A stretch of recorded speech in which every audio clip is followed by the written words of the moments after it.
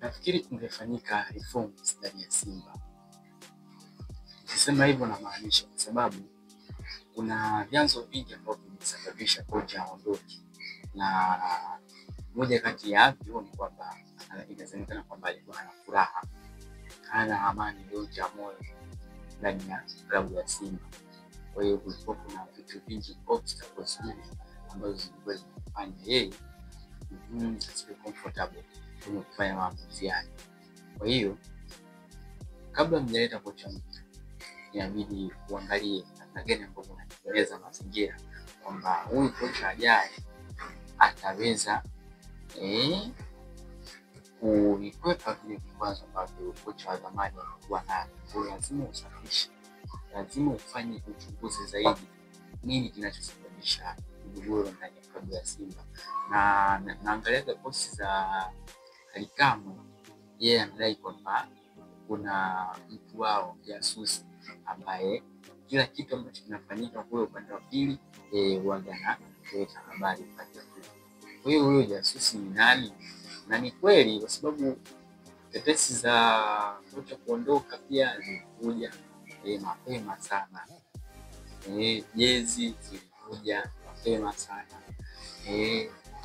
Migogoro mbalimbali ya ndani ya klabu ilikuwa inafukuta, inatoka nje mapema zaidi. Na mbaya zaidi inatoka kwa mpinzani wako ambaye yani unachuana naye kwenye kila engo, kuanzia kwenye mambo ya marketing, kwenye branding, kwenye mambo ya mauzo, na pia kwenye mambo ya performance. Yule ni competitor wako namba moja. Kwa hiyo hataki kuwa first hand information.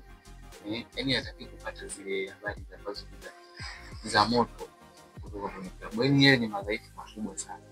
Mimi nafikiri maana hiyo kufanyike reforms katika uongozi.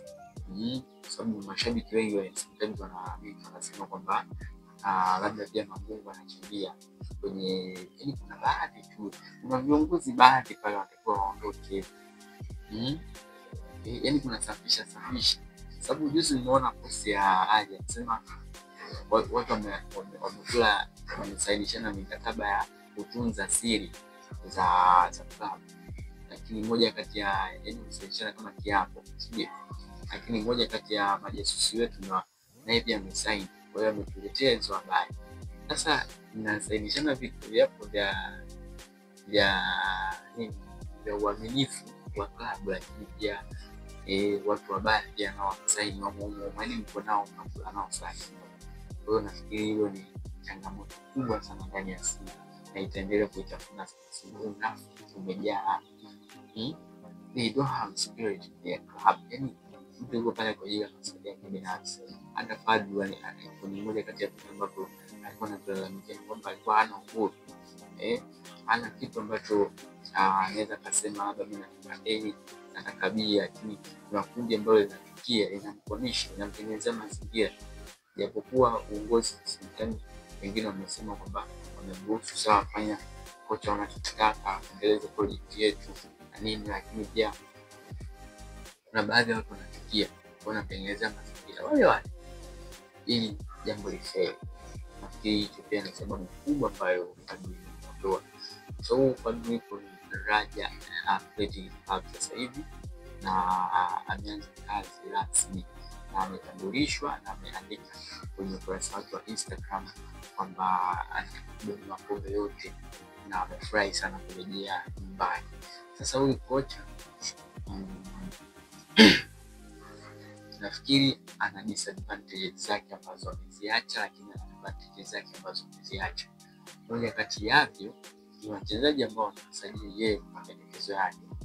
Sababu kuna wachezaji ambao kama kweli unataka kufanya nao kazi, una fight ili kuwapata. Kwa hiyo ina maana Simba inakwenda kubomoka msimu ujao. Dirisha tu hili lijalo la usajili. Ni mwezi gani? Mwezi Januari. Simba inaenda kubomoka sababu amesajili, ameambiwa kwa asilimia 90. Kwa hiyo asilimia zilizobakia wamesajili wenyewe. lakini yeye ndo anajenga ile timu sasa hivi.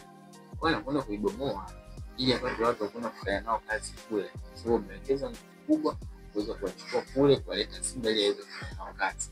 Kama afanye nao kazi, kwa nini asichukue tena ili aendelee aende akafanye nao kazi? Kwa sababu yeye ni mtu ambaye anawaamini wachezaji hao na anaamini watafanya vizuri kwenye project zake ambazo anafanya. Kwa hiyo bado Simba itakabiliwa na mtihani mkubwa sana kwenye masuala ya performance, lakini masuala pia ya kiuongozi, management inakuwa ni shida sana ndani ya Simba. Sijajua changamoto iko wapi, kwa nini wanashindwa kufanya reforms? Safisha kila kitu, safisha, tuanze upya, safisha kila kitu, usibakishe mtu pale. Wale kufanya blood nini ya masuala ya cancer, sijui VVU pia na wengine wanabadilisha damu, ndivyo wanabadilisha damu kabisa. Inatolewa damu yote, inaingizwa damu mpya, lakini bado virus wanaendelea kuzaliana. Sasa yenyewe mnaacha kabisa watu. Huyo inakuwa ni changamoto.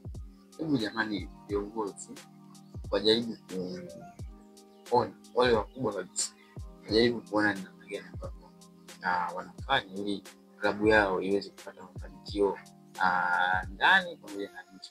Sababu lazima ujenge heshima yako kwanza ndani kabla hujaenda nje. Nje sawa una heshima, lakini ndani umezungukwa na papati na adhabu.